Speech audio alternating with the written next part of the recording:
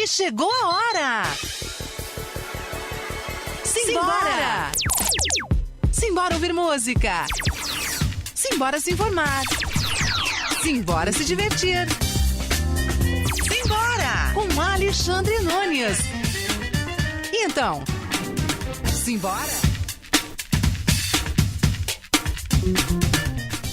Muito bom dia! Começa agora para o mundo inteiro, através da internet, o Simbora. Simbora, o programa que você faz aqui comigo, Alexandre Nunes. Hoje o programa especial, a gente vai falar sobre as raízes da violência no Brasil. A gente vai conversar com o sociólogo Sérgio Adorno, coordenador do Departamento de Sociologia da USP e diretor do Núcleo de Estudos da Violência. A gente vai conversar com ele por telefone, a gente está aqui preparando tudo bonitinho para a gente fazer um programa bacana e esclarecedor para você, ouvinte. Quer participar com a gente?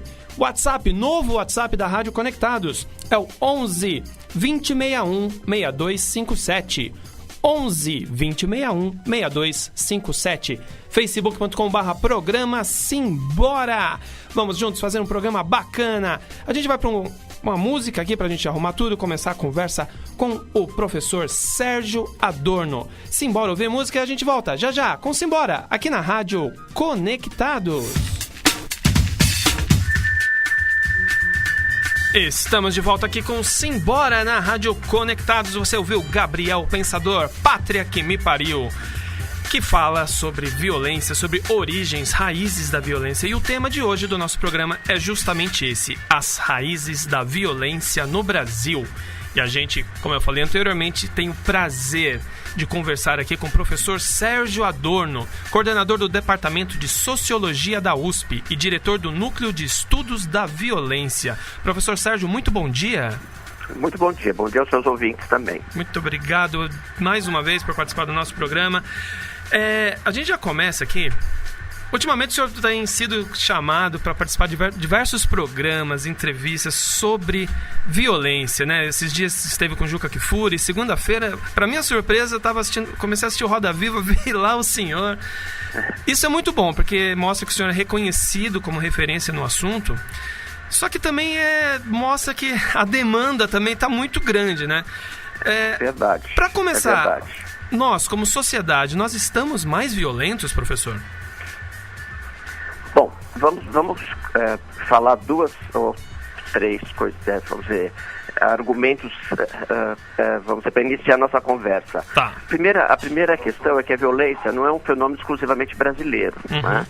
Está em outras sociedades, muitas vezes de outras formas, tá certo? Então, por exemplo, nós não temos os ataques terroristas que existem em outras sociedades, não é? Sim. Mas, em compensação, eles também não têm o número de mortos, o número de pessoas vítimas, por exemplo, das disputas entre quadrilhas do tráfico, não é? Então, vamos dizer que a violência é, sobretudo, um fenômeno contemporâneo, não é? No Brasil, nós podemos dizer que a sociedade brasileira é uma sociedade que tem traços de cultura que, de certo modo, apoiam a violência na resolução de conflitos nas relações interpessoais e também, por exemplo, no uso da força policial para conter a violência. Certo. Né? Esse fenômeno é um fenômeno que eu diria que vem desde a colônia. Basta ver como as mulheres, as crianças, os escravos eram tratados dentro de casa, não é? E isso, vamos dizer, modificou ao longo do tempo, ao longo da história, não é? Mas, de certo modo, ainda é forte o argumento entre vários segmentos da sociedade, independentemente de classe, riqueza, poder, sexo, idade, que acreditam que você contém a violência usando mais violência, não é?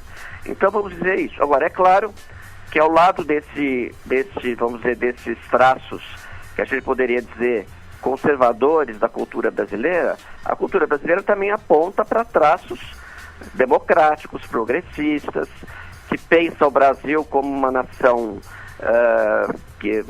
igual a outras nações da civilização ocidental moderna, né? Então nós vivemos essa ambiguidade.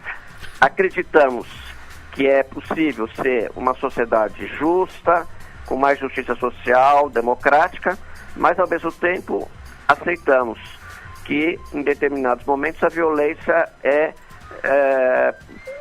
um recurso para lidar com a violência no cotidiano, com a violência nas ruas e assim por diante. Entendi. Professor Sérgio, dá para dizer que a história do Brasil está escrita pelas linhas da violência? Isso vem desde 1500 lá? Olha, eu não acho que dá para escrever exclusivamente assim. Tá. Eu tenho um texto, que é um estudo que eu realizei, né, e que eu fiz uma série de vamos dizer, baseado em fontes históricas, baseados em trabalho de historiadores, mostrando como em diferentes aspectos da vida brasileira o uso da violência é muito recorrente. Então, por exemplo, na família, né, até muito recentemente, bater nos filhos era considerado uma prerrogativa dos pais para educar os filhos. Sim. Né? Hoje, não é mais. Quer dizer, hoje nós sabemos que quando há uma violência de pais contra filhos, os pais podem ser denunciados, porque é uma infração, é um crime que de alguma maneira está previsto nas leis. Né? O Estatuto da Criança e do Adolescente, que foi uma luta da sociedade civil, foi justamente para conter a violência contra crianças e adolescentes, que estava, sobretudo, muito grave nos anos 90 do século passado. Né? Se você olhar também conflitos entre companheiros e suas companheiras, né? Ainda hoje, a violência contra a mulher é um ato corrente, né? A quantidade de mulheres que acabam sendo agredidas, muitas vezes, se não são agredidas fisicamente, são agredidas de uma maneira moral, a sua personalidade, a sua identidade, né? Então, por exemplo, quando você comenta, você não é a melhor cozinheira que eu conheço, etc., é como se fosse atributo da mulher ter que ser cozinheira. Sim. Né? Quando o homem também pode ser cozinheiro e também deve ser cobrado por auxiliar, por exemplo, nos serviços domésticos. Claro. É isso. Então, por exemplo, a escola, né? A escola é um ambiente onde deve imperar o quê? As práticas de ensino e aprendizagem, onde as pessoas devem aprender os conhecimentos básicos, não é? As operações de matemática, de ciência, aprender a lidar bem com a sua língua, escrever razoavelmente bem, se expressar razoavelmente bem, conhecer a história da sua sociedade, não é? Conhecer a geografia do país, não é? E outros conhecimentos que vão se aperfeiçoando à medida que o aluno vai evoluindo nos níveis de formação, depois da escola, na escola secundária, depois na universidade e assim por diante, não é isso? Assim por diante. Agora, nós sabemos que a escola também é um lugar onde se pratica violência, né? A violência muitas vezes de alunos contra alunos, a violência muitas vezes de professores contra os alunos, de funcionários contra os alunos, a violência muitas vezes de alunos contra os professores, né? Então, hoje o ambiente da escola, há uma grande reclamação do bullying, né? Das chamadas agressões, inclusive físicas, que ocorrem entre professores, alunos, professores e assim por diante, não é isso? Então, veja, nós ainda convivemos com expressões muito agudas e graves de violência na nossa vida cotidiana. Basta ver também o trânsito, por exemplo, né? Como as pessoas agridem, né? Não respeitam a sinalização, não respeitam os pedestres, né? E um outro sinal, vamos dizer assim, que também é uma expressão de violência, é a nossa relação cotidiana, no trabalho, nas ruas, né? As pessoas xingam os outros, assim, com muita facilidade, o uso de palavras desabonadoras, que desqualificam as pessoas, não é? É muito corrente, né? Numa sociedade, como a gente diz, civilizada, você respeita a dignidade das pessoas, você respeita as pessoas. Você pode não concordar com a opinião delas, você pode não concordar com os pontos de vista, etc. Agora, nem por isso ela pode ser vista como uma pessoa inferior, que não merece respeito, que não merece dignidade. Claro. Né? Então, isso tudo, na verdade, vai criando uma espécie de argumentos para aqueles que acham que violência se combate com violência, não é?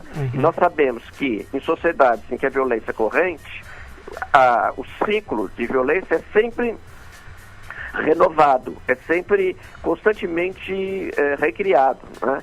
Então, hoje você tem, vamos dizer, bandidos agredindo pessoas nas ruas, nas habitações populares, nos grandes bairros onde há concentração de trabalhadores de baixa renda, não é? Mas também, muitas vezes, a polícia que entra para poder proteger cidadãos acaba também usando de uma força policial abusiva que muitas vezes resultam em mortes, não é? Sim. Então, nós estamos numa sociedade que precisamos combater esse cotidiano da violência. Nós precisamos recusar aceitar a violência como uma forma de resolução de conflitos e, ao mesmo tempo, uma linguagem corrente nas nossas relações cotidianas e interpessoais.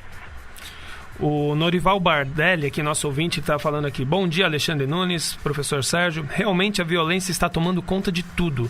Digo até que estamos caminhando para viver como na série Mad Max, cada um por si. Grande abraço, obrigado, Nori. A perspectiva não é boa, professor?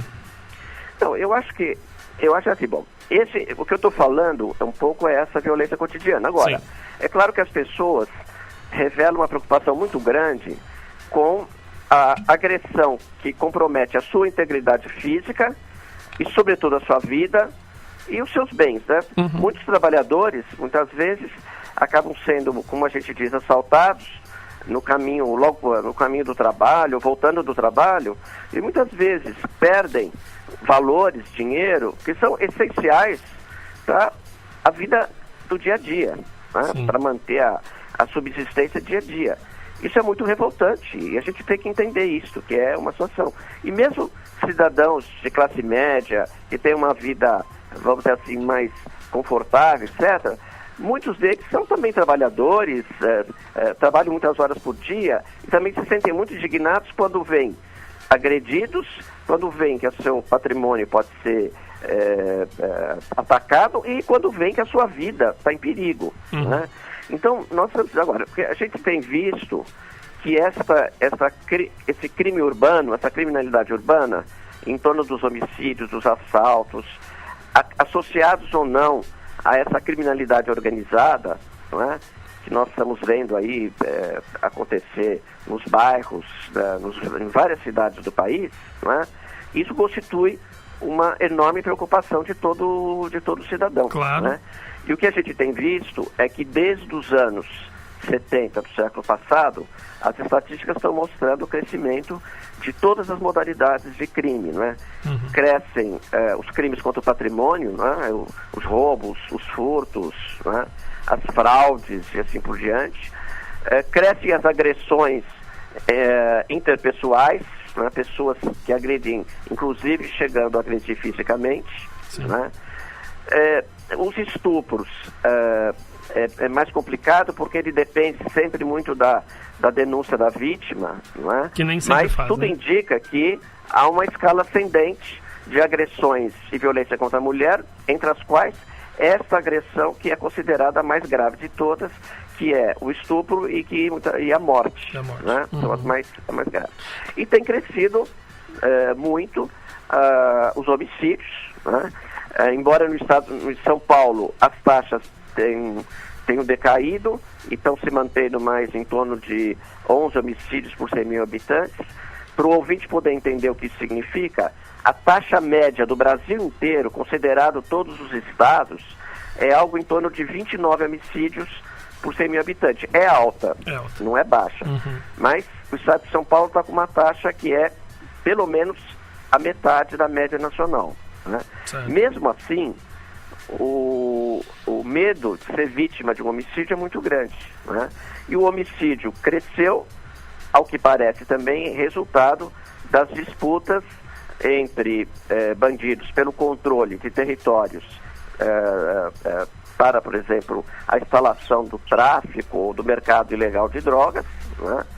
Ou também por causa, como eu disse, do conflito entre bandidos e policiais que resultam em mortes tanto de pessoas envolvidas com o crime ou pessoas inocentes e também de policiais, porque nós temos que reconhecer também que embora o número de mortos civis é maior que o número de policiais, tem crescido o número de policiais mortos nessas operações. Tem crescido o número de policiais também, né? Isso. Professor, muito se fala da cultura do ódio, discursos que inflamam, incitações, e muita gente vai nessa onda dessa cultura do ódio. Outra questão, tem muitas pessoas que nunca fizeram mal, entre aspas, pra ninguém, é uma pessoa boa, mas apoiam frases como bandido bom é bandido morto, aprovam pena de morte por crimes violentos. Não é um contrassenso esse código de Hammurabi para as pessoas assim que falam que são contra a violência? Bom, Alexandre, são duas questões muito importantes e nós temos estudado bastante esses fenômenos. De fato, no Brasil, como eu falei logo no início, você tem tanto uma cultura que apoia muitas vezes atos violentos para conter a chamada violência do crime urbano, mas você tem também uma série de expressões que querem o quê?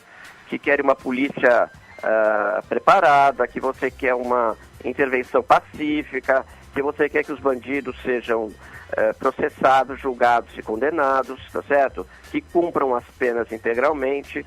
Isso também as pessoas querem, tá certo? Então, eu acho que isso. Agora, o que nós estamos assistindo, propriamente dizendo, nos últimos poucos 5 anos, sei lá, é uma radicalização de opiniões. Não é um fenômeno exclusivamente brasileiro também. Sim. Mas no Brasil, essa radicalização tem permitido que essas expressões de ódio, né, e de, vamos dizer assim, uma expressão de ódio que no limite quer eliminar todos aqueles que não pensam como eu penso, tá certo? E que, portanto, é um prenúncio do que nós chamamos de autoritarismo, né? Então, o que é autoritarismo? É quando você acha que só você tem razão e os outros não têm, tá certo? Quando as opiniões dos outros não valem, porque a sua que é a verdadeira. Sim. Né? A democracia é o contrário, é um regime político, não é? Que permite com que as diferentes opiniões possam ser discutidas, confrontadas, etc., e que se chegue a consensos mínimos. Né? Então, por exemplo, vamos dar um exemplo. A polícia pode usar da força? Sim, eu acho que é um consenso mínimo. Agora, ela não pode usar da força de uma maneira abusiva. Ela não pode usar da força fora dos limites legais. Então, nós temos que ter alguns consensos mínimos. Não é? Sim. E isso se dá pelo quê? Porque nós temos opiniões diferentes e nós precisamos encontrar um lugar comum. Não é? Então, cabe a nós, cidadãos e cidadãs, lutar contra o ódio. O ódio não constrói uma convivência pacífica. O ódio só acirra os conflitos e pode resultar em mortes e pode resultar em regimes autoritários, não democráticos, né? Cuja experiência histórica a gente já conhece, né? A gente basta ver os filmes sobre o nazismo, sobre o Holocausto, sobre as mortes praticadas por, enfim, pelos regimes autoritários ao longo dos últimos 50, 100 anos, né? Então, isso é uma coisa. A outra coisa é o seguinte: infelizmente, a violência ficou mais acentuada, os crimes cresceram, os crimes se modernizaram, porque hoje você tem boa parte dos crimes estão de alguma maneira associados ao que se chama do crime organizado, né? Que é uma modalidade, vamos dizer assim, não é nova, que já existiu em outros países, em períodos anteriores, mas que no Brasil ela começa a emergir a partir dos anos 70 do século passado. Tá. Né? E ela foi crescendo, chegou nas prisões, depois das prisões foi para alguns bairros, por exemplo, da cidade de São Paulo. Né? E o que isso significa? Então, isso significa que muitas das pessoas vivem uma insegurança e esperam respostas do governo, esperam respostas do Estado.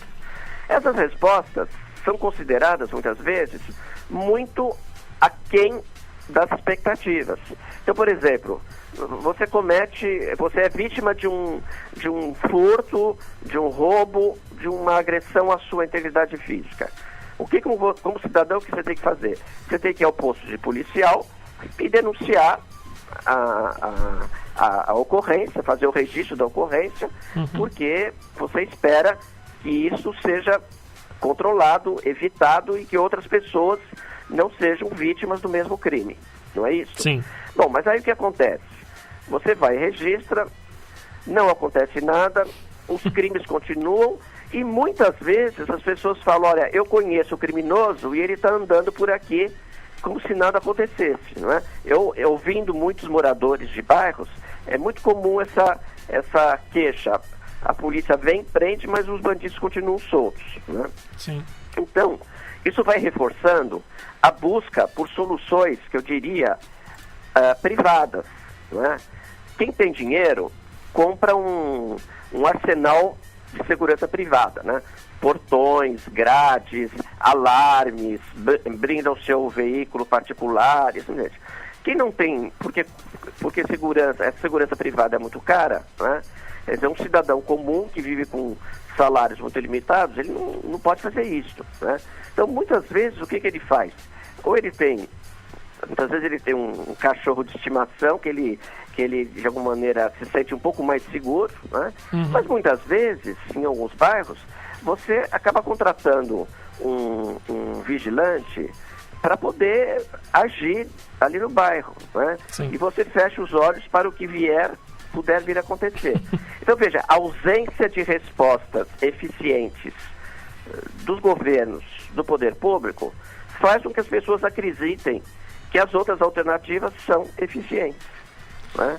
Então, eu acho que vamos dizer, essas expressões autoritárias é quase no limite uma situação de descrença nas instituições oficiais.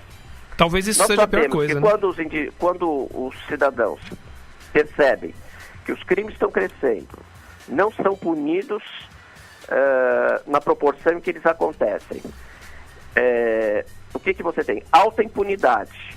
Alta impunidade implica em descrença na polícia, na justiça, nas prisões, não é? Isso faz com que eu vou atrás de meios privados, não é isso? Então, eu estou querendo dizer com isso que as instituições têm que se tornar eficientes para se tornarem confiáveis aos olhos dos cidadãos e poderem agir de acordo com a lei e com respeito às normas, por exemplo, constitucionais. Claro. Então, por exemplo, você não pode, por exemplo, a polícia pode te interpelar, pode, não é, em nome da segurança de maior número, não é?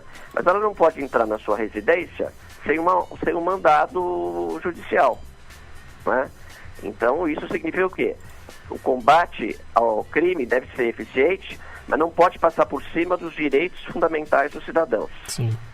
Muitas vezes as pessoas acabam até procurando fazer justiça por elas mesmas, né? Porque não encontra no Estado, no aparato do Estado, justiça. Em períodos, umas 2 décadas atrás, nós tínhamos, ainda temos, mas no passado foi, por exemplo, a ação dos esquadrões da morte nos bairros da periferia, justiceiros, né?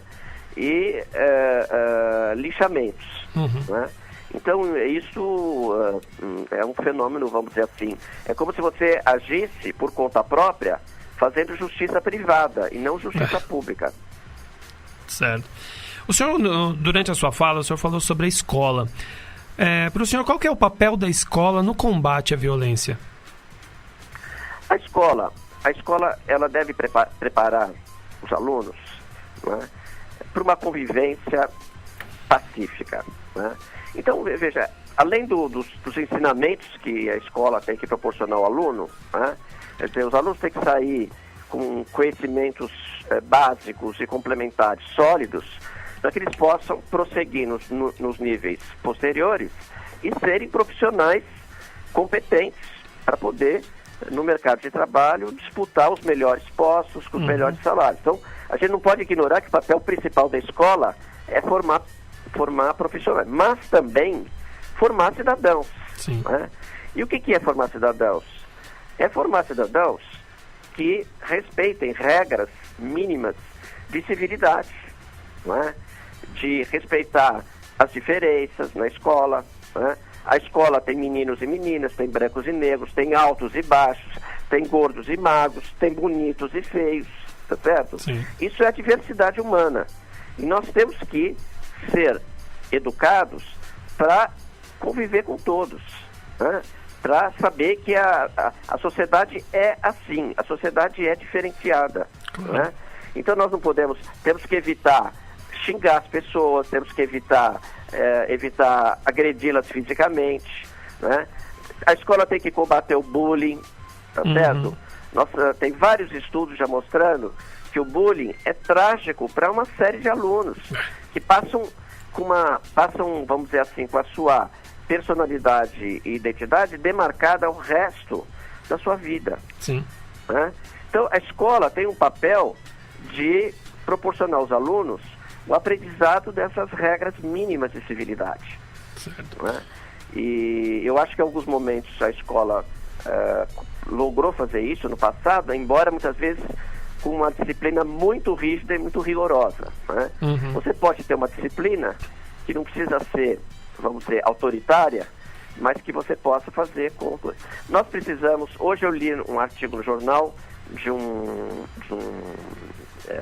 economista, vou até dizer, o ex-ministro Delfim Neto, e ele dizia que as escolas de maior sucesso são aquelas em que os diretores se empenham em que os professores façam o melhor possível para formar os seus alunos.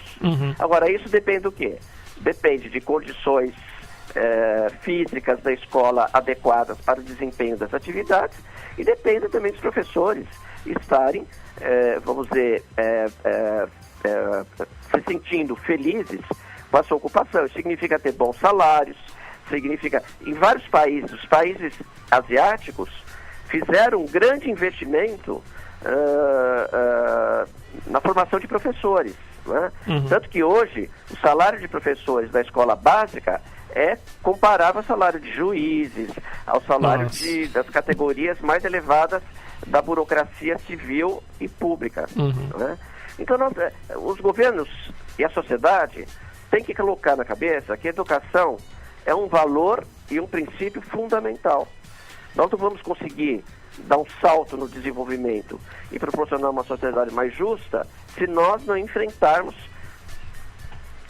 vamos dizer, não só enfrentarmos o déficit do passado, mas ficar muito atento para as mudanças, inclusive tecnológicas, que vão ocorrendo ao longo do tempo. Claro. Por falar em escola, em crianças, jovens, o Norival pergunta: professor, qual o seu ponto de vista sobre essa geração de jovens que está se formando, uma grande maioria sem valores morais, sem educação e sem medo de cometer atrocidades, principalmente no ensino fundamental? Eu, como educador, eu me preocupo muito com isto. Né? Em primeiro lugar, eu acho que a gente tem que deixar claro que isso não é geral. Felizmente, não é um perfil... Né? A grande maioria você vai encontrar de alunos que são, vamos dizer, que respeitam os outros, que têm uma convivência pacífica, que estudam, tá certo? Sim. Então, agora, tem um grupo de alunos que tem um perfil mais afinado, na verdade, com o individualismo do nosso tempo, tá certo? Muitas vezes não recebem a educação adequada na família. Não é? Nós sabemos que uma criança ela é bem formada quando, nos primeiros anos, ela recebe uma atenção especial dos seus pais, dos seus familiares, que estão sempre interessados na criança, que estão sempre acompanhando o seu desenvolvimento, não é? Que protege a criança, mas ao mesmo tempo acompanha os desafios do crescimento, não é isso? Sim. Então, eu diria o seguinte: agora, há uma mudança nós estamos sofrendo uma mudança na estrutura da família, não é? Aqui não se trata de um julgamento, se é bom ou se é mal, Eu, como sociólogo, eu tenho que analisar os fatos, independentemente dos valores positivos ou negativos, não é? E essas mudanças, muitas vezes, então, por exemplo, hoje, os pais passam muito tempo no trabalho, né? Muitas vezes 10, 12 horas, né? Muitas vezes as crianças têm que ficar sob supervisão de profissionais que podem ser até muito bons, mas não são os pais, né? Então, o que isso acontece? Vai criando, talvez, uma autonomia precoce, né? E muitas vezes, alguns desses jovens começam a achar que os valores que importam são os seus desejos, são as suas vontades, são o que eu quero e não o que o outro quer, né? Então, eu diria que esse é um fenômeno que preocupa, né? Então, por exemplo, eu como professor na universidade, eu tenho que formar profissionais, pesquisadores que vão lidar com autonomia, que vão saber pensar por conta própria, que vão ser criativos, inventivos, que vão poder colaborar para oferecer respostas profissionais, técnicas, sociais aos problemas que estão sendo experimentados e vividos pelo maior número, né? Seja na condição de um engenheiro, seja na condição de um profissional da área de saúde, seja de um profissional da área de artes, não é? Então nós precisamos, serem pessoas autônomas que possam de alguma maneira contribuir. Então a escola, ela tem que lidar com isso.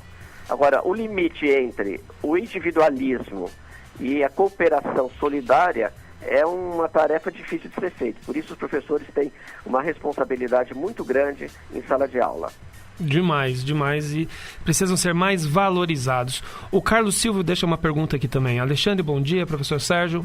A violência no Brasil, ela não é fruto de um egocentrismo do brasileiro em não respeitar o espaço do outro, como o trânsito mesmo, citado pelo Roberto da Mata no livro Pé na Tábua e Fé em Deus, em que deixamos de conviver em sociedade para lutar por um espaço como se fosse nosso? Bom programa.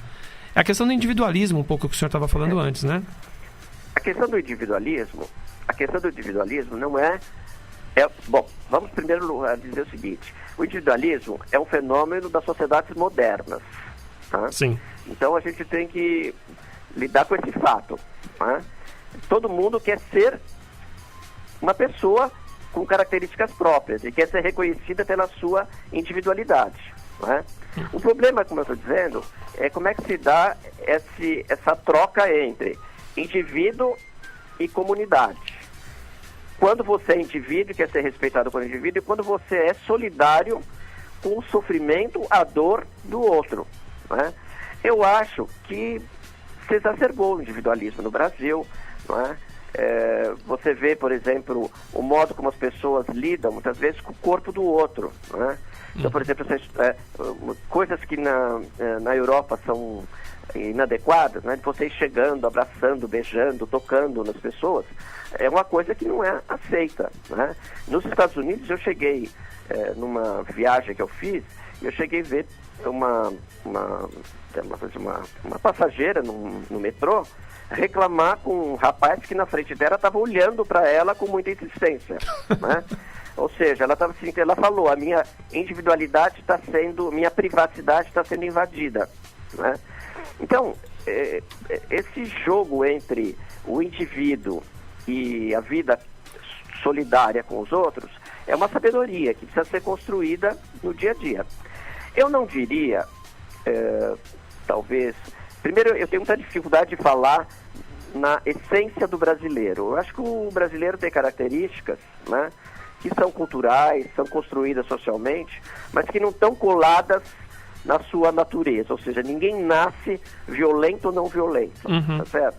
Você vive numa sociedade que, de alguma maneira, vai construindo uma maneira de ser, né? Sim. Assim como você tem brasileiros muito violentos, você tem pessoas que se ligam ao crime de maneira violenta, que matam, etc. Você tem pessoas muito solidárias. Claro. Nos bairros onde habitam população de baixa renda, a rede de solidariedade é muito grande. Sim. Não é? Colaboração mínima, aquela coisa assim, faltou açúcar, faltou sal, o vizinho... Né? Vai lá, ajuda, né? Dá uma xícara. Alguém está precisando de transporte para levar no médico, então não leva. Então não dá pra gente também demonizar o brasileiro, Não, tá certo? de forma alguma. Eu acho que nós temos que entender por que esse individualismo exacerbado está, de certo modo, comprometendo com essa vida solidária, de cooperação, né? Um dado muito interessante, o brasileiro, né, fala-se muito que é violento, essa coisa toda, mas você veja, nós, nessa sociedade, organizamos uma das festas mais solidárias do mundo, que é o Carnaval. Sim. Eu, como sociólogo, já saí várias vezes de escola de samba, que eu acho que é uma experiência fundamental. Uhum. E eu, como branco, reconheço que boa parte da festa do Carnaval são tradições organizadas por afrodescendentes. Uhum. Então, eu chego lá e eu estou ali para obedecer. Eu tenho que esquecer, tá certo? Que eu sou branco. Eu tenho que estar lá porque eu tenho que colaborar para o êxito da escola. O êxito da escola é de todos. Sim. Então, aquela alegria é uma alegria que deve contagiar homens e mulheres, adultos, crianças, brancos, negros, ricos, pobres. Quer dizer, a gente precisa ser, né, solidário nesse momento. Quer dizer, o que vale é esse objetivo, que é a escola ser classificada, ganhar, etc. Não é? Então, o problema é que o Carnaval dura hoje 7 dias. Né? E depois a gente volta ao dia a dia, e o dia a dia muitas vezes é pleno de tensões, de problemas que tem que ser resolvidos, né? Então a gente não consegue traduzir no dia a dia a alegria e a êxtase que se vive no Carnaval. O senhor tem samba no pé, professor? Eu não entendi. Tem samba no pé? Olha, eu já tive, né? Já tive. Agora eu já deixo para as próximas gerações, porque eu sinceramente, como cidadão, o Carnaval é uma festa realmente de muita alegria, e como sociólogo eu fiquei impressionado com a ordem nas escolas de samba. Sim. Você tem que chegar na hora, você tem que estar impecável, tá certo? Você não pode beber, você não pode sair fora da sua fila, tá certo? Uhum. Ou seja, você tem que dar o melhor de si para o resultado final. Sim. Aí depois extravasa. E isso é uma coisa que deveria contaminar o nosso dia a dia. Seria tão bom, né? Seria tão bom. Vamos dizer assim, é um ideal. É o ideal. Mas, como dizem alguns dos sociólogos muito importantes, não é? A nossa vida, ela se realiza entre o ideal e o real. Uhum. Então a gente deve fazer o possível para se aproximar do ideal, embora o ideal seja sempre ideal. A gente estava falando de individualismo e também sobre o discurso da cultura do ódio. As redes sociais, o que mudou depois do advento das redes sociais na sociedade? Teve o aumento desse tipo de violência, da cultura do ódio em si, aumentou, proliferou? Olha, eu acho que nós temos que olhar os dois lados positivos. As redes sociais, de alguma maneira, elas proporcionaram que maior número de pessoas pudesse se expressar publicamente e que as informações pudessem circular por outros meios que não necessariamente aqueles que a gente está acostumado, a televisão, os jornais, né, e até as conversas cotidianas. Né? Uhum. Então a gente não pode tirar o mérito das redes. Eu acho que as redes criaram uma espécie de espaço público onde as pessoas se conhecem, conversam. Agora, o problema todo é que virou também um espaço sem regras, não é?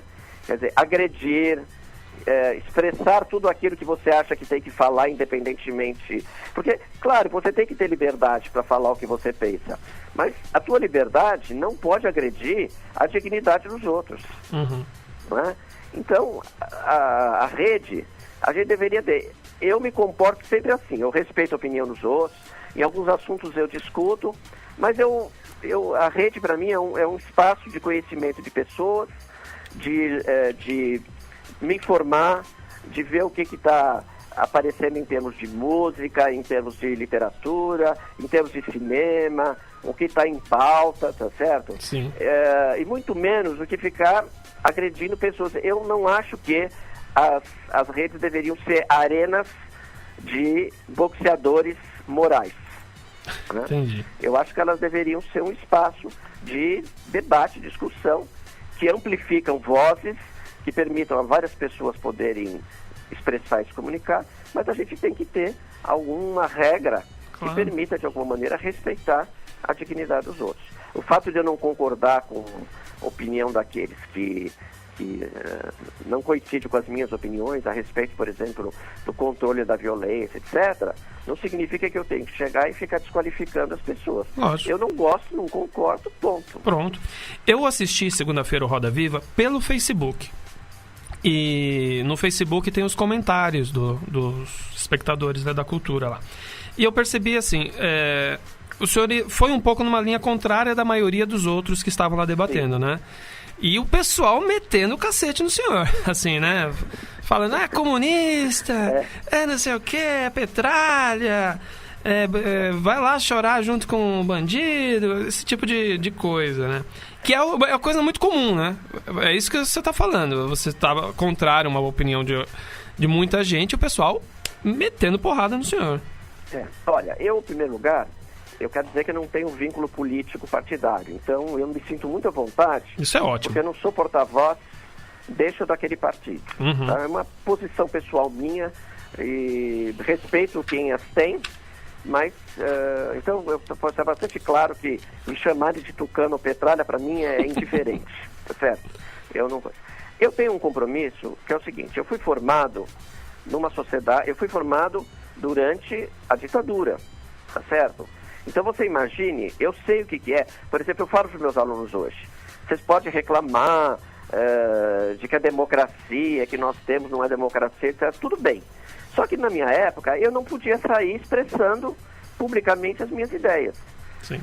Para você ter uma ideia, a gente ia para a sala, eu fiz ciências sociais, eu ia para a sala de aula com um livro escondido, porque eu tinha medo de ser parado na rua e ser preso, porque está com um livro de teoria política marxista, ou mesmo não marxista, que fosse considerada vamos dizer, uma ameaça à ditadura, não é? Então, viver numa democracia é difícil, porque você tem que ser tolerante, mas é muito melhor que viver numa ditadura. Claro. Tá certo? A ditadura, você tem medo 24 horas, você acorda com medo, não é? Você não sabe, você pode ir ali na esquina e você ser preso, não é?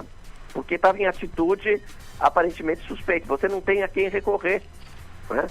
Então eu diria o seguinte, eu fui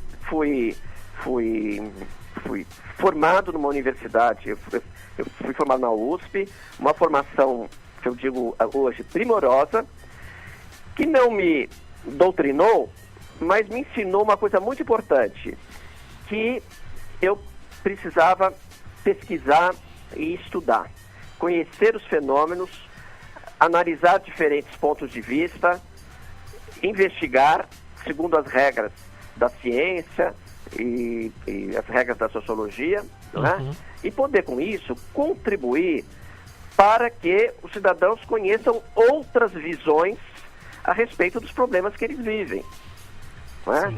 E o meu papel é o quê? É proporcionar esse conhecimento para a sociedade e contribuir para a formação de uma opinião pública, para a formação de uma vontade política que seja de uma sociedade mais justa, mais solidária, mais de justiça social.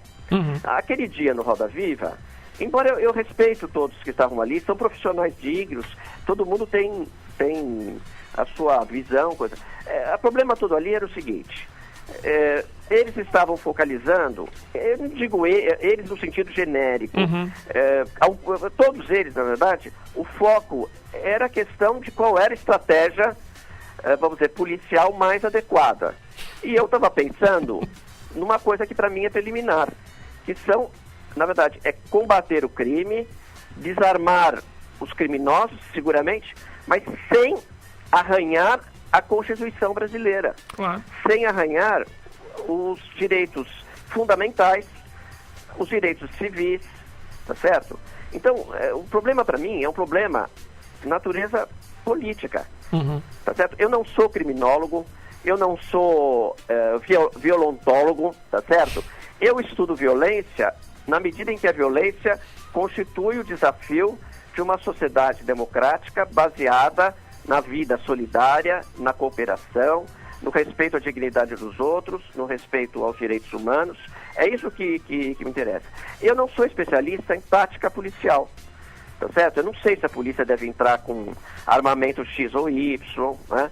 Eu tenho insistido muito, pelo que eu leio e pelo que eu estudei, que cada vez mais no mundo, as operações policiais bem-sucedidas provêm de uma organização policial bem treinada, bem equipada, bem formada e, sobretudo, com limites legais muito claros e que, sobretudo, usa da inteligência. Então, por exemplo, né, há uma reclamação, a polícia entra na favela e é recebida a tiros, tá certo? Ora, será que não tem um meio através vamos dizer, de sensoriamento remoto, através dessas técnicas de satélite, etc. Será que você não consegue ver a movimentação das quadrilhas nessas favelas, nesses bairros?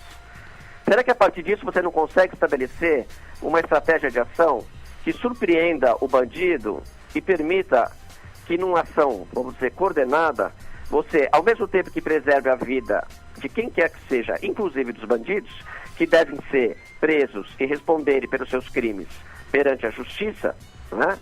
E preservar a vida dos moradores.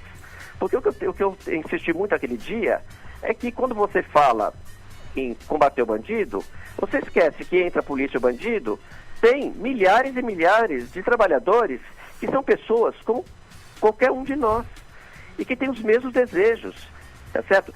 Saem muito cedo para trabalhar, enfrentam problemas de transporte, não é? Tem que deixar seus filhos na escola, tem que procurar alguém que supervisione os filhos no momento que os filhos não estão na escola, né? E tem sempre uma preocupação de que os filhos possam estar se vinculando a pequenos furtos, a pequenas ações e depois acabarem capturados pelo crime organizado. Então, o meu argumento é o seguinte: sim, a polícia constitucionalmente tem o poder de uso da força, né? Mas o objetivo deve ser, sobretudo, preservar direitos e a vida de maior número. Então, naquele dia, o problema era o seguinte: os nossos focos eram diferentes, né? Então, eu não posso discutir com um policial qual é a melhor estratégia. Eu não conheço, tá certo? Sim. Agora, eu posso dizer o seguinte, que as sociedades que lograram êxito, tá certo? Que tem polícias bem constituídas, com carreiras muito, muito bem feitas, são sociedades que profissionalizaram, modernizaram as suas polícias, não é? Criaram condições, salários, incentivos, uma série de requisitos importantes, são respeitadas, reconhecidas, não é? E, ao mesmo tempo, tem muito claro os limites constitucionais. Isso é ótimo. Eu conto sempre uma historinha, que uma vez eu estava no exterior, nos Estados Unidos, e eu estava entrando numa estação do metrô e eu vi um cidadão que aparentemente estava drogado e ele estava atrapalhando o fluxo de entrada e saída do metrô. O que aconteceu? A funcionária que estava trabalhando na bilheteria, ela falou, senhor cidadão, porque ela não conhecia, por favor, o senhor se contenha que o senhor está trabalhando o fluxo de pessoas e eu seria obrigado a chamar a polícia aqui do metrô. Nossa. Ele continuou lá fazendo, tá certo? Fazendo lá o que ele estava atrapalhando. Aí o que aconteceu? Ela chamou os profissionais do metrô. A primeira coisa que fizeram, fecharam uma saída e abriram uma outra saída lateral para ver se ele fosse embora. Tá. No começo deu certo, daí a pouco ele voltou e foi atrapalhar a vida no outro lado da saída e da entrada. Aí a funcionária usou o seguinte argumento, que eu fiquei absolutamente impressionado. Em nome da Constituição dos Estados Unidos, das regras do metrô da cidade de Nova York, o senhor vai ser preso. E bem, a polícia prendeu e levou, tá certo? Eu disse o seguinte, bom, claro, tinha que tomar uma medida. Claro. Agora, fulano foi advertido, tá certo? Ele estava, de fato, perturbando o fluxo regular de pessoas, tá certo? Então, houve regras claras, Sim. tá certo? Agora, a polícia não chegou lá, atacou, bateu, tá certo? Eu até fiquei vendo. É claro que a polícia americana também não é uma... Ela agarrou, levou, imobilizou, né? E levou o cidadão. Agora, então o que eu estou dizendo é o seguinte, é possível sim combater o crime com rigor, com a aplicação das leis, respeitando direitos fundamentais. Claro.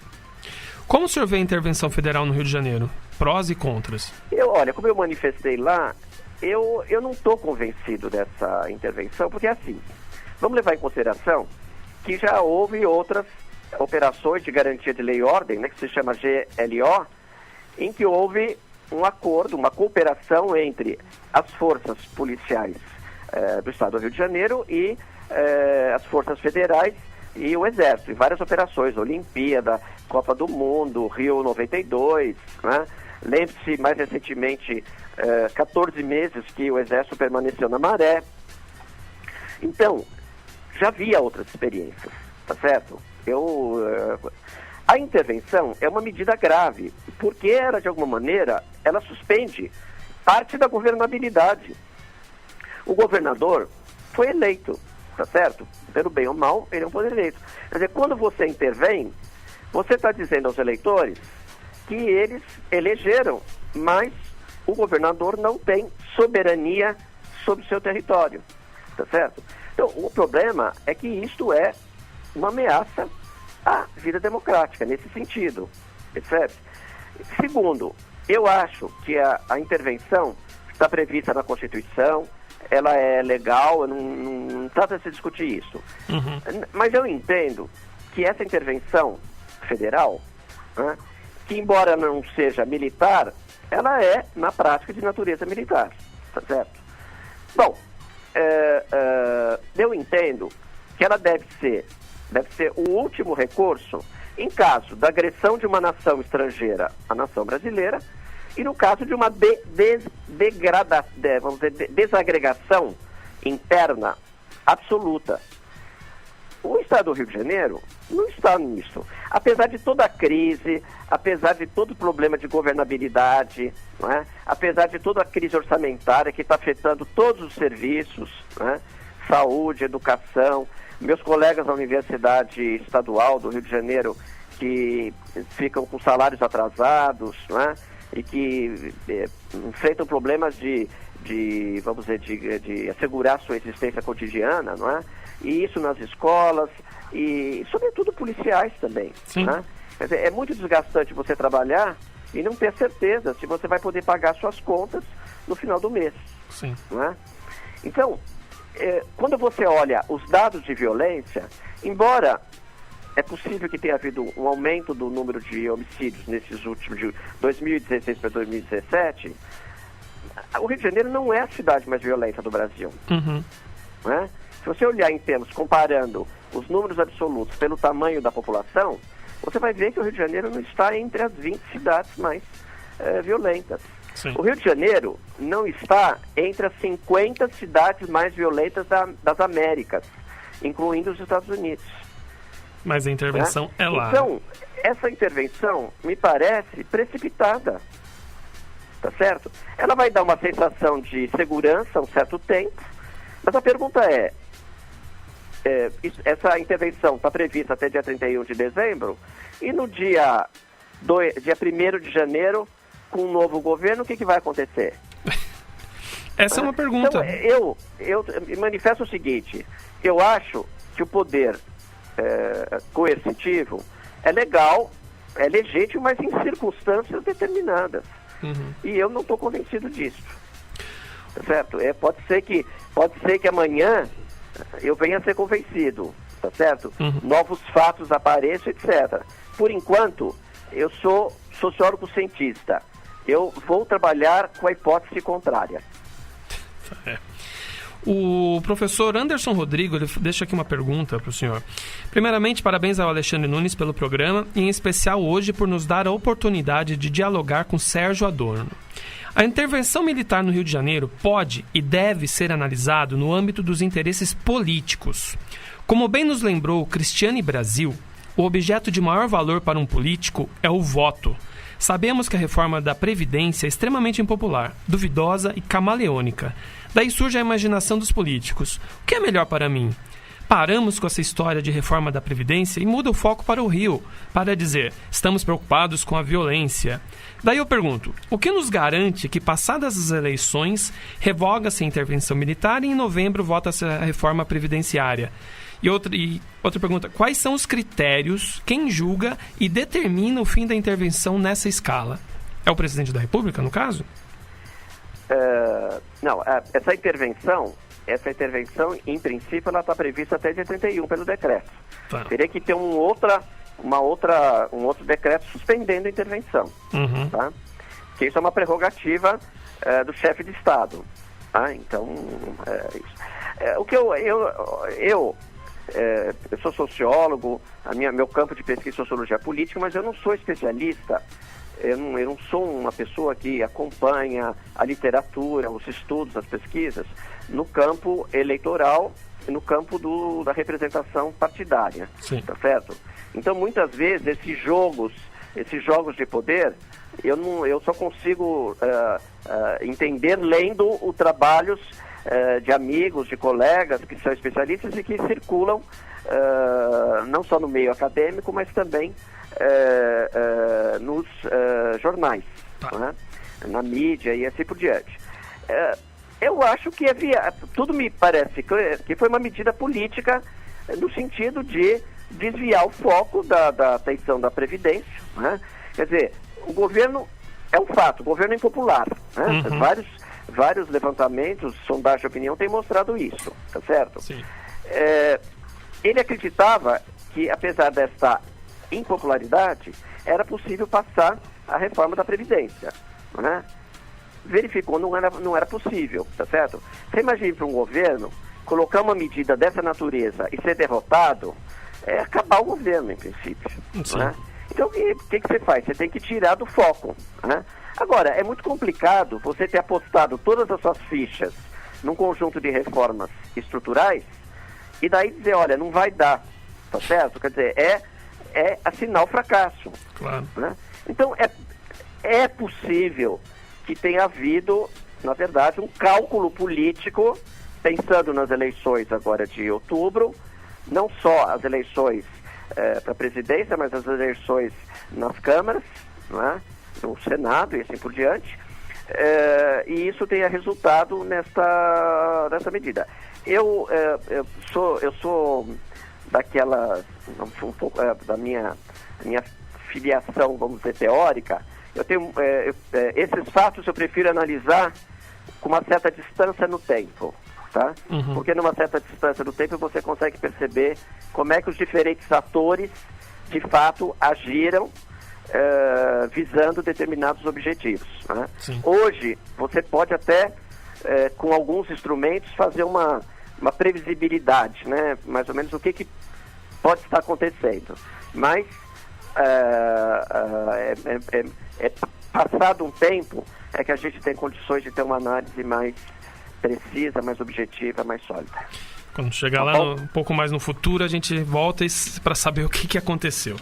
Né? Como está o seu tempo, professor? Olha, meu tempo está curto. Está curto. Porque eu tenho compromissos agora, depois das 10. Tá, deixa eu só, então, duas perguntas assim, rapidinho. Redução da maioridade, o senhor é a favor ou contra? Eu sou contra. Contra. Sabe por que eu sou contra? Porque é o seguinte, se você dissesse, reduz a maioridade e você vai colocar esses jovens em estabelecimentos próprios, etc., você diria, bom, talvez seja uma medida possível, né? Mas não é isso, você vai colocar esses jovens nesse sistema penitenciário que todos nós conhecemos, o estado em que se encontram as prisões no Brasil afora, Né? O que significa isso? Significa que você está condenando esses jovens que estão começando, provavelmente, uma trajetória no mundo do crime, a se enraizarem nesse mundo do crime. Tá certo? Eles vão ser soldados do crime organizado. Então, eu acho que nós estamos cometendo uma operação perigosa. Né? Esse é o melhor. A segunda coisa é que todas as estatísticas que eu leio mostram algo que eu já observei. O maior envolvimento de jovens no mundo do crime são furtos, assaltos também, porque o número de assaltos é muito grande, né? E, sobretudo, tráfico de drogas. O envolvimento de jovens com os homicídios é menor, tá certo? Então, o que você teria que fazer? Você teria que, esses jovens que se envolvem com os homicídios, eles têm que ter um acompanhamento especial, eles têm que ser, vamos dizer, isolados do conjunto e serem trabalhados, responderem pelos seus crimes dentro dos marcos da lei, do Estatuto da Criança e Adolescente, mas eles não podem ser tratados agora assim como pré-bandidos, tá certo? Então eu sou contra, eu não estou convencido disso. Né? Eu fiz pesquisa e percebi uma coisa muito importante quando eu trabalhei com jovens infratores. Né? Quando eu fiz pesquisa com jovens infratores. Eles tinham uma sorte, mas assim, eram jovens que vinham de famílias muito pobres e que muito cedo eles eram empurrados para a rua para conseguir, vamos dizer, meios, dinheiro para poder manter os pais e os irmãos. Né? Em geral, os pais eram muito jovens e já tinham 2 ou 3 filhos. Né? Então, esses jovens aí, na faixa de 6, 7, 8, 10 anos, começam a ir para a rua pedir dinheiro. E, com isso, viram uma espécie de provedores do lar. Né? Então, o que acontece? Você está antecipando a maturidade profissional, vamos dizer assim, não é bem profissional, mas você está antecipando uma certa maturidade que é esperado de jovens adultos. Você está antecipando em 10 anos. Né? É muita coisa. Por outro lado, esses jovens permanecem muito infantis do ponto de vista psicológico. Então eu surpreendi muito desses jovens, muitas vezes, em situação vamos dizer, de adversidade, de conflito, chorarem como crianças. Né? Então o que acontece? Você tem um desequilíbrio emocional e moral muito acentuado. Sim. Eles são responsabilizados como adultos, mas são infantilizados o tempo todo. Então eu diria para vocês, quem é perverso? É a sociedade que está fechando os olhos para isso. Né? Então a minha questão é a seguinte, não é por uma questão puramente, eu acho que meus dados, o que eu pesquisei nesse tempo, o que eu li do debate internacional, é muito diferente de sociedades onde as crianças tiveram a oportunidade de ir à escola, tiveram uma vida onde não enfrentaram, vamos dizer, não passaram fome, tá certo? É diferente. Nessas sociedades, você vai dizer, os adolescentes têm uma maturidade antecipada, mas essa maturidade é regulada pelas instituições educativas, família e escolas.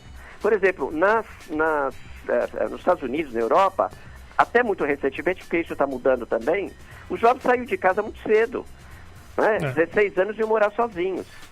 E já tinham condições de se criar, de prover a sua subsistência, de ir para a escola, etc. Né? Aqui, as crianças são empurradas, vamos dizer assim, de uma maneira arbitrária. Não é porque elas foram preparadas para serem autônomas, elas não foram preparadas para serem autônomas.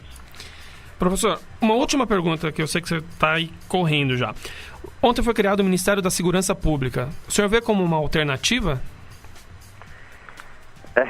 Eu diria assim que se isso fosse resultado de um plano de governo planejado, né, uma grande consulta aos especialistas, vamos dizer, aos operadores do sistema de justiça, né, técnicos e não técnicos, né, eu diria o seguinte, pode até ser uma solução boa.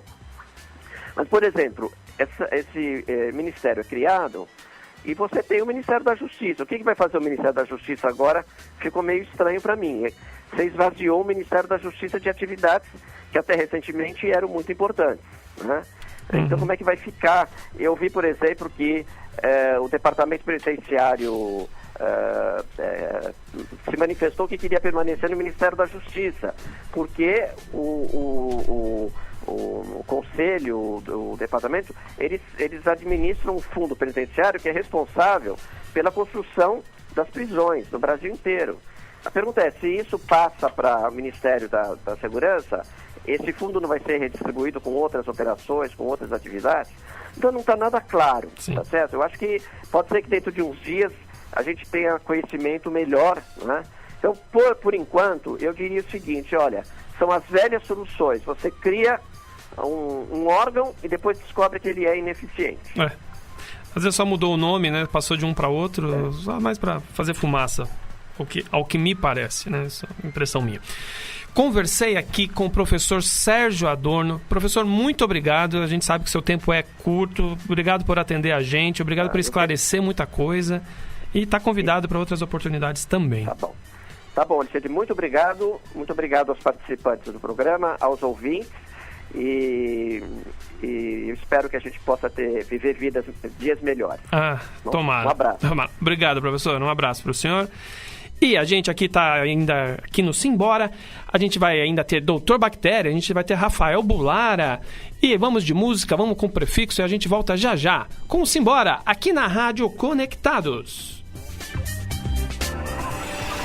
A maior web rádio do Brasil, levando cultura, entretenimento e informação do Ipiranga para o mundo. Rádio Conectados, o mundo inteiro está ouvindo. Áudio 100% em HD.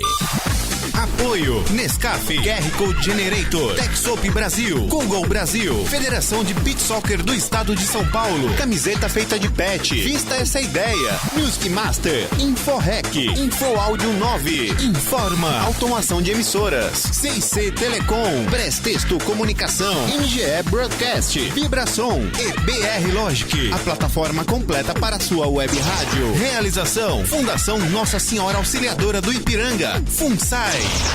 O planeta está conectado. Venha você também. Rádio Conectados. A FUNSAI conectada com você. Simbora!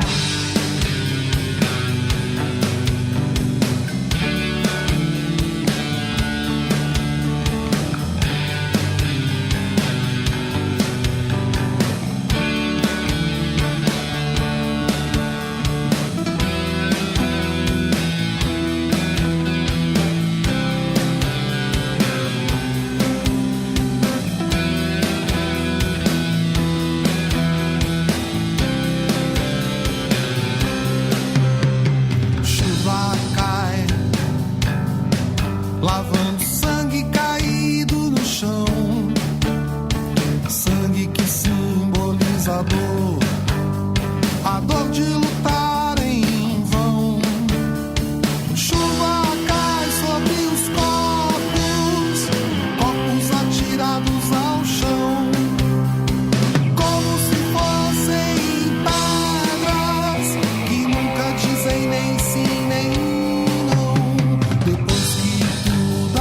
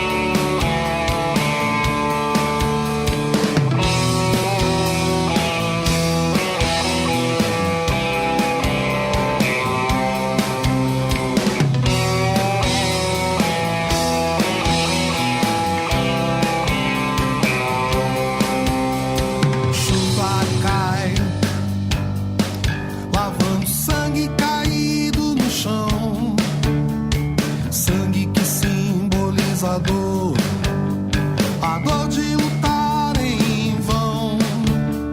Chuva cai sobre os corpos atirados ao chão, como se fossem pedras que nunca dizem nem sim nem não. Depois que tudo acaba, apertam-se as mãos, um sorriso e um abraço, novamente são irmãos. Isso é a guerra, algo sem explicação. Enchem o cálice com o próprio sangue e brindam a própria destruição.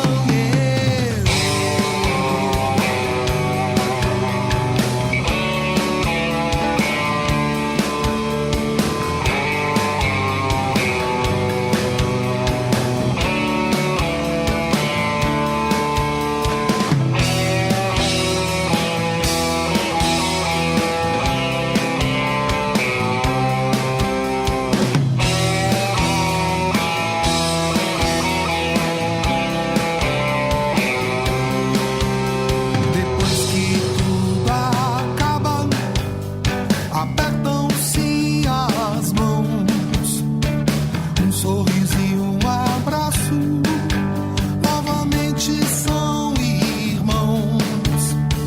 Isso é a guerra, algo sem explicação. Enchem o cálice com o próprio sangue e brindam a própria destruição.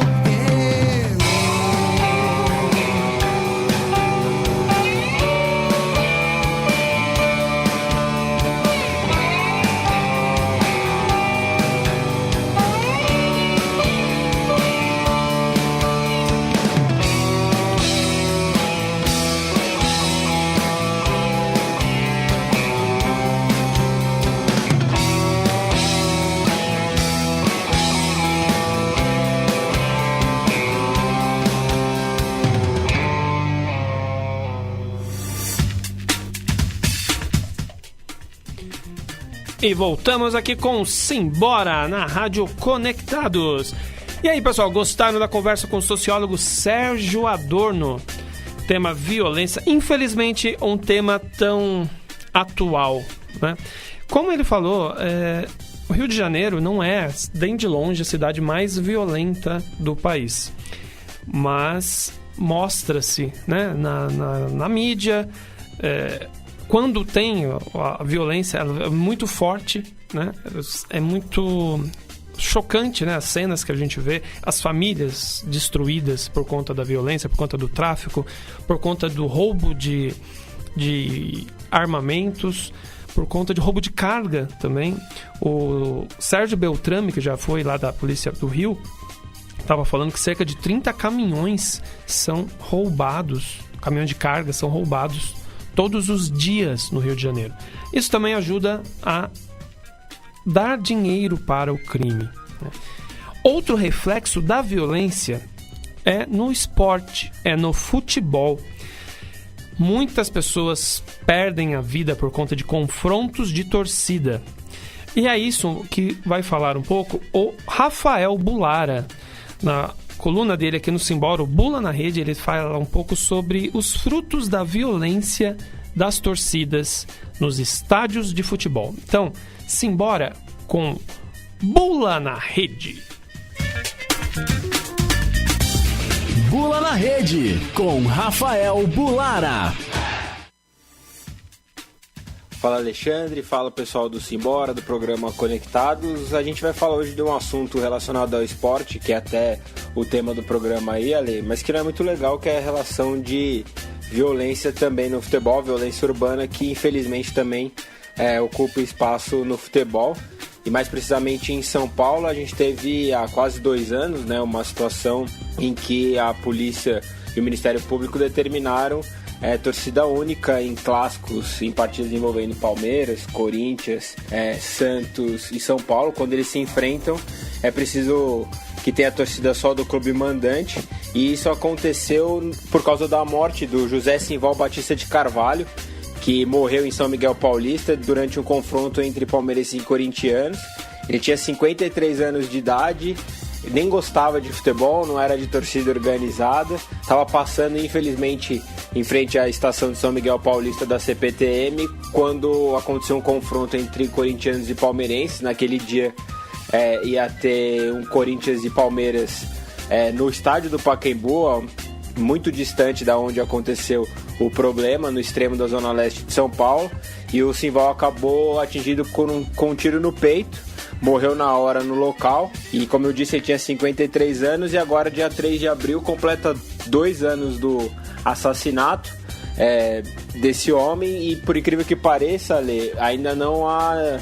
O suspeito não foi preso, a polícia e o Ministério Público seguem com o caso, mas há quase 2 anos da morte desse torcedor, ainda não há uma solução para o crime. Por que eu estou falando exatamente desse torcedor? Porque a morte dele foi fundamental para que os jogos entre os grandes de São Paulo acontecessem só com torcida única, só com mandantes. E desde então os jogos acontecem com uma torcida. O último deles aconteceu no último sábado, no Corinthians e Palmeiras na Arena Corinthians. Agora, no próximo domingo, acontece um Santos e Corinthians no estádio do Pacaembu, só com torcida do Santos. E no dia 8 de março, na outra quinta-feira, tem Palmeiras e São Paulo no Allianz, também só com torcida do Palmeiras. Já virou uma rotina para o torcedor paulista que costuma ir aos estádios com torcida única agora há quase 2 anos, justamente por causa da morte do Simval. É uma pena, né? Infelizmente, por causa de alguns, a gente não consegue ter partida com 2 torcidas. Para mim, particularmente, é uma sensação de que é uma derrota, né, da população do gente de bem, já que a gente não consegue organizar um evento esportivo por causa do ódio de alguns torcedores que não sabem o que é torcer. E o pior de tudo, quem comete esse crime ainda continua solto, que é no caso do assassino do José Simval Batista de Carvalho. A família ainda continua atrás de solução, o pai é mais resignado, ele não acredita muito, mas a irmã dele é advogada, ainda corre atrás e sempre monitora o processo para ver se há alguma novidade. Mas, como eu disse, já são quase 2 anos, a morte dele vai completar exatos 2 anos, dia 3 de abril, e ainda sem solução. Tem um levantamento que é interessante, que é feito pelo jornalista Rodrigo Vessoni. Ele tem um controle de todas as mortes relacionadas ao futebol brasileiro.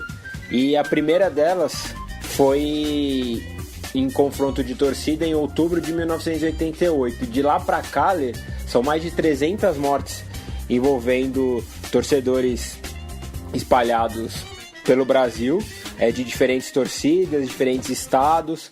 E é uma conta que infelizmente está longe do fim.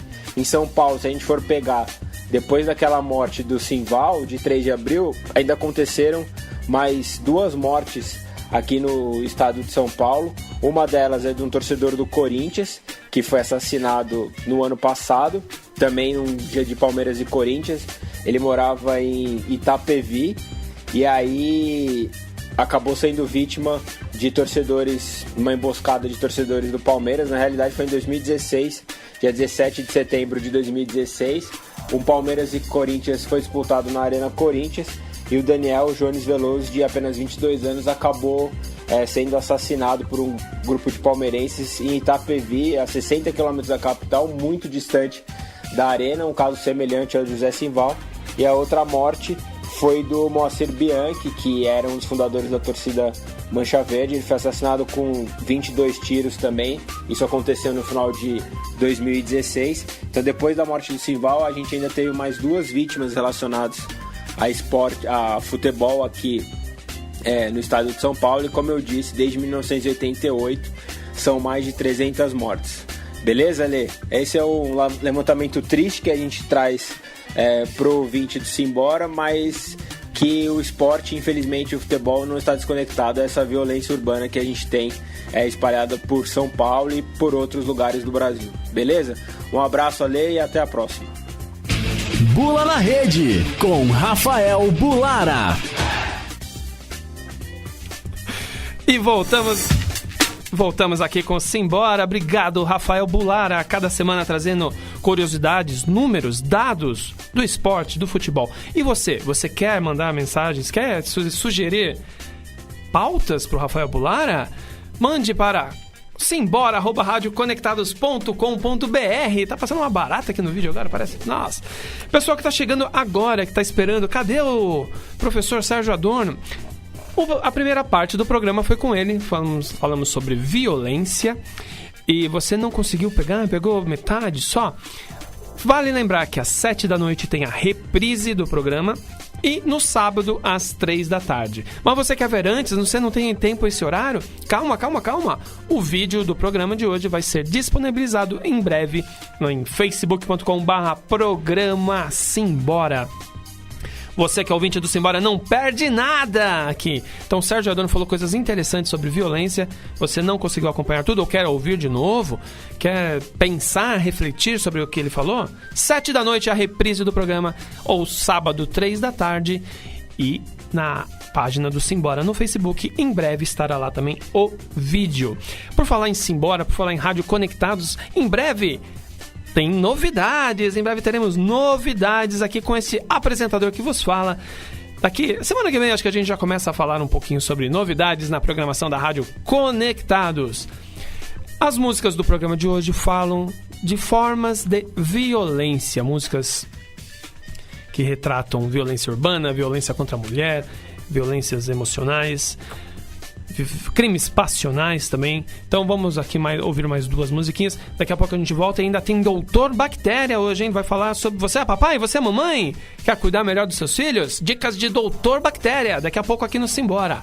Vamos agora de música e a gente volta já com Simbora, aqui na Rádio Conectados. Voltei aqui com Simbora na Rádio Conectados. Eu comecei esse bloquinho musical com Legião Urbana, Canção do Senhor da Guerra. E depois ouvimos Elza Soares com Maria da Vila Matilde. Ela que fala nessa música sobre violência contra a mulher. Uma das formas de violência que o Dr. Sérgio Adorno falou aqui com a gente. E relembrando, ano passado a gente falou sobre violência contra a mulher também. A gente trouxe aqui psicólogos, a gente trouxe depoimentos de quem sofreu, né, mulheres que sofreram abuso, alguma forma de abuso do marido, do namorado, de todas as formas. Por falar em mulher, é importante lembrar que, como já é tradição no Simbora, todo mês de março nós dedicamos a programação do Simbora às mulheres. E esse ano não é diferente. Todas as quartas-feiras de março temos Simboras inéditos aqui pra vocês, ao vivo aqui pra vocês, e todos com mulheres. A gente vai receber cantoras, a gente vai receber bandas que tem a vocalista mulher, a gente vai falar sobre teatro também com mantenedoras mulheres. A gente vai, e tem uma surpresa que, olha, não vou falar ainda, porque senão o Leão Veloso vai surgir já aqui do nada, aqui já vai segurar a cadeira, mas ele vai ficar surpreso, tenho certeza, e como vocês também, de grandes artistas que a gente vai trazer aqui ao longo do mês. E a gente vai trazer uma em especial que é fantástica, mas eu não vou falar ainda não vou falar ainda, vou fazer suspense aqui, mas em breve, a gente não consegue segurar, logo a gente fala, tá bom? Volta às aulas é um período em que a gente começa a pensar sobre lanches, como armazenar esses lanches. Será que o filho vai ficar na escola o dia inteiro e não vai comer aquele lanche gostoso? Será que já vai estar estragado? Como é que a gente faz? Então, para isso, Doutor Bactéria vai falar sobre como armazenar bem os lanches no quadro Simbora Se Cuidar, especial Volta às Aulas. Então, simbora, Doutor Bactéria! E a gente volta já. Simbora Se Cuidar com Doutor Bactéria. Olá, gente. Bom, vamos falar um pouquinho sobre volta às aulas, né? Aquelas lancheiras, né? Então, lancheira existe dois tipos. Existem aquelas duras, né? Aqui não são térmicas, né? E aquelas térmicas, que são aquelas almofadadas, né? Se você optar por uma lancheira almofadada, que é a lancheira térmica, não esqueça que você tem que colocar pelo menos um doador de frio dentro. Eu indico aqueles gelos recicláveis, aquelas caixinhas de plástico que você compra no supermercado, no local ou nos locais que vendem materiais sobre camping. Tá? Então você compra, deixa no freezer, né? Aí no dia seguinte o que você faz? Você faz aquele sanduichinho, aí pode utilizar qualquer coisa que tenha na geladeira. Presunto, queijo, iogurte, aqueles queijinhos, pode fazer qualquer coisa, desde que você coloque pelo menos um ou dois desses doadores de frio. Né? Se você for optar também por mandar um achocolatado, dê opção para aqueles longas-vidas. Tá? Sucos também pode ser longa-vida, mas se você quer, mas eu quero um suco que eu mesmo faça, um suco natural, que eu tenho uma garrafinha térmica, então não esqueça que você nunca pode colocar gelo, pedrinhas de gelo direto na ampola da garrafa térmica que pode quebrar. Então o que você faz? Coloca num outro recipiente, de preferência de vidro, mistura com gelo bastante, a hora que estiver bem geladinho, bem frio, aí você coloca na garrafa térmica. Tá? E não esqueça que assim que voltar, o seu filho voltar, pegue essa lancheirinha térmica, retire tudo, limpe, né? Prepare uma solução de 1 colher de sopa de água sanitária por litro de água e passe em toda a parte interna da lancheira. Faça a mesma coisa com esse gelinho reciclável, já coloca no freezer. No dia seguinte, você vai reutilizar e vai repetir novamente. Fazendo isso daqui, gente, não existe risco nenhum para o seu filho, ele não vai sofrer nenhum problema e vai ser só feliz na escola. Tá? E não se esqueça, hein? Alimentos perecíveis não podem permanecer por mais de 2 horas na temperatura ambiente. Estas foram as dicas de hoje do Dr. Bactéria para o quadro Simbora Se Cuidar. Simbora Se Cuidar com Dr. Bactéria. Quero agradecer a Patrícia Turque, a Lourdes, Patrícia Turque, a Patrícia Costa, a Lourdes Turque, o Carlos Silvio, o Rafael, o Marcos, a Lucy, a Biju, a Rosimeire, a Ana Paula Menezes, a Tereza Norma Castelli, também tem a Leninha Teodoro, o Daniel, a Karina Bárbara, a Vitória Souza, a Darlan Zurk, Rita Oliveira, Grace Santos e Neuza Gomes, o Norival também que mandou pergunta, o Anderson Rodrigo que mandou aqui pergunta pra gente. Lembrando que mais uma vez temos reprise às 7 da noite e vou mudar aqui a trilha de novo aqui. 7 da noite a gente tem reprise. Eu quero contar aqui pra vocês o seguinte, eu fui sábado passado no show de Phil Collins, fantástico show de Phil Collins, mas senti falta de uma música, ele não tocou a música do Tarzan, gente, não tocou You Be In My Heart. Então, eu vou encerrar o programa aqui, e enquanto Deia Tolda se aproxima no estúdio, vou deixar aqui tocando a música do Phil Collins, a música do Tarzan, né, fica mais conhecida assim, porque eu senti falta lá, então vamos tocar aqui, na Rádio Conectados. Beijos, abraços, aperto de mão. Eu sou Alexandre Nunes e estou indo simbora. Você ouviu? Simbora! Simbora! Simbora! Com Alexandre Nunes. E então, simbora!